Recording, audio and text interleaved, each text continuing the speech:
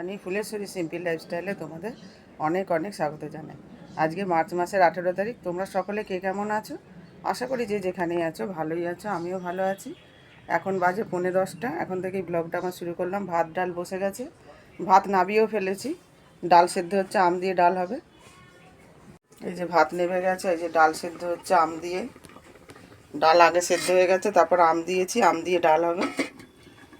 দেখতে থাকো, আশা করি ব্লগটা তোমাদের ভালো লাগবে। আজকে যাব হনুমান মন্দিরে পুজো দিতে, আজকে মঙ্গলবার। এই যে বন্ধুরা স্নান করে সেজে নিয়েছি, রেডি হয়ে গেছি। হনুমান মন্দিরে পুজো দিতে যাবো, তোমাদের বলেইছিলাম। স্নান করে পুজো দেওয়া হয়ে গেছে, রান্না বান্না সেরে নিয়ে স্নান করে পুজো দিয়ে শাড়িটা পরলাম। এই যে ঘরের ঠাকুরটাকে পুজো দিয়ে নিয়েছি। সিম্পল রান্না করেছি, আম দিয়ে টকের ডাল করেছি, আলু ভাজা আর সাদা আলু চচ্চড়ি করেছি। পরে রেডি হয়ে নিয়েছি। এই শাড়িটা আমার দাদা দিয়েছিল 1 বছর ভাইফোঁটাতে। চলো যাই। এই যে আমি আর দিদি যাচ্ছি হনুমান মন্দিরে। টোটো থেকে নেমে গেছি। বাড়ি থেকে 10 মিনিটের হাঁটা রাস্তা, কিন্তু দেরি হয়ে গেছে, খুব রোদ্দুর, তো সেই জন্য টোটো চেপে আসি। কত ভিড় হয়েছে আজকে। শনি মঙ্গলবারই বেশি ভিড় হয়, আজকে মঙ্গলবার।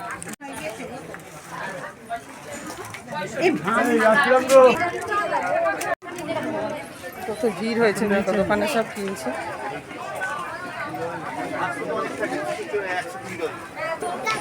সিদ্ধিদাতা গণেশের মন্দির এখন পর্দা দেওয়া রয়েছে।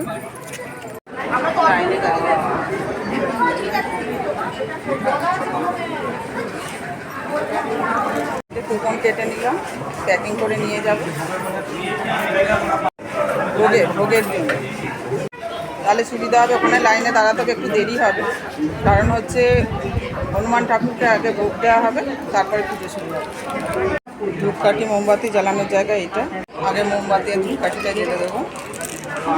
অনুষ্ঠানে আপনাদের সকলের উপস্থিতি আমরা सारी मनोकामनाएं पूर्ण होती है।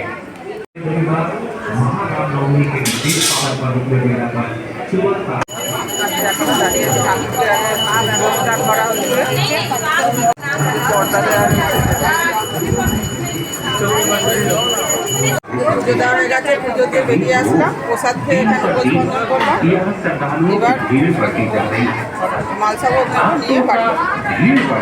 এখান থেকে আবার কিছু প্রসাদ দিচ্ছে, নিয়ে আসলাম, খাচ্ছি এটা। আর ভোগটাকে বাড়িতে নিয়ে যাচ্ছি, সবাই মিলে ভাগ করে খেতে পারবো। আমি নিরামিষই রান্না করেছি বাড়িতে। বাড়ি যাবো,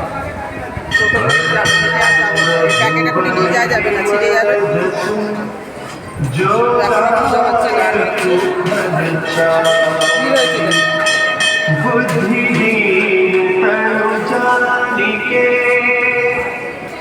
এই যে বাড়ি ঢুকে গেছি, টিভিও চালিয়েছি। টিভি দেখতে দেখতে দেখি কি কি ভোগ প্রসাদ দিয়েছে। ওখানেও একটু খিচুড়ি খেলাম, তোমাদের দেখালাম। এখন আবার ড্রেস ছাড়বো, তারপরে খাবো। দেখো ভোগ প্রসাদে কী কী দিয়েছে। চাটনি আছে, পায়েস আছে, পটল ভাজা দিয়েছে, কুমড়ো ভাজা দিয়েছে, আর সজনে ডাঁটা আলুর তরকারি দিয়েছে, আলু ভাজা আছে, আর একটা লাড্ডু আছে। প্রসাদটা বেড়ে নেবো, বেড়ে নিয়ে তারপর খাবো। খেয়ে দিয়ে উঠলাম বন্ধুরা, পেট ভরে গেছে। এখনও আছে প্রসাদ হিসাবে, বাদ বাকি 3 জন খাবে, হাজব্যান্ড আর 2 ছেলে। খেয়ে দিয়ে উঠলাম, ভালোই রান্না হয়েছে। পর ফেরত আসলাম বন্ধুরা, সেই ভোগ খাওয়া দেখিয়েছিলাম। তারপরে উঠে একটা ব্লাউজ হেম করেছি, করে তারপরে ঘুমিয়েছিলাম। ঘুম থেকে উঠে আবার যাবতীয় কাজ করলাম। এই যে সব গাছে জল দিলাম বিকেলবেলা। সকালে চাল ধোয়া জল দিয়েছি, সকালের দিকে চাল ধোয়া জল, ডাল ধোয়া জল গাছের মধ্যে দিয়েছি। এই যে দোকান ঘর দেখো, ঘরটাও পুরো দোকান হয়ে গেছে। দোকান খোলা হচ্ছে, ছেলে খুলছে, বড় ছেলে। এই দোকান খোলা হয়েছে, বড় ছেলে দোকান খুলছে। এই যে দেখো স্থলপদ্ম গাছ, আর এই যে পুঁইয়ের দানা দিয়েছিলাম, এই যে গাছ বেরিয়েছে, জল দিয়েছি। এই যে এখানেও গাছে জল দিয়েছি। এই যে দেখো বেগুন গাছে বেগুন ধরেছে একটা।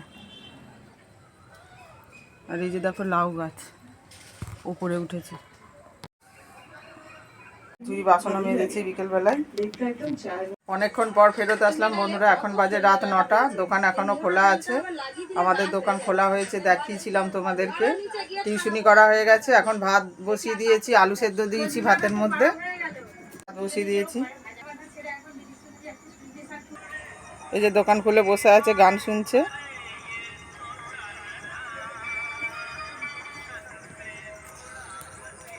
তো বন্ধুরা, আর ভিডিওটা বড় করতে চাই না, এখানেই ভিডিওটা শেষ করছি। তোমরা সবাই সুস্থ থেকো, ভালো থেকো। আজকের ব্লগটা যদি তোমাদের ভালো লেগে থাকে লাইক করো, কমেন্ট করো এবং সাবস্ক্রাইব করে পাশে থেকো। Tata, bye bye.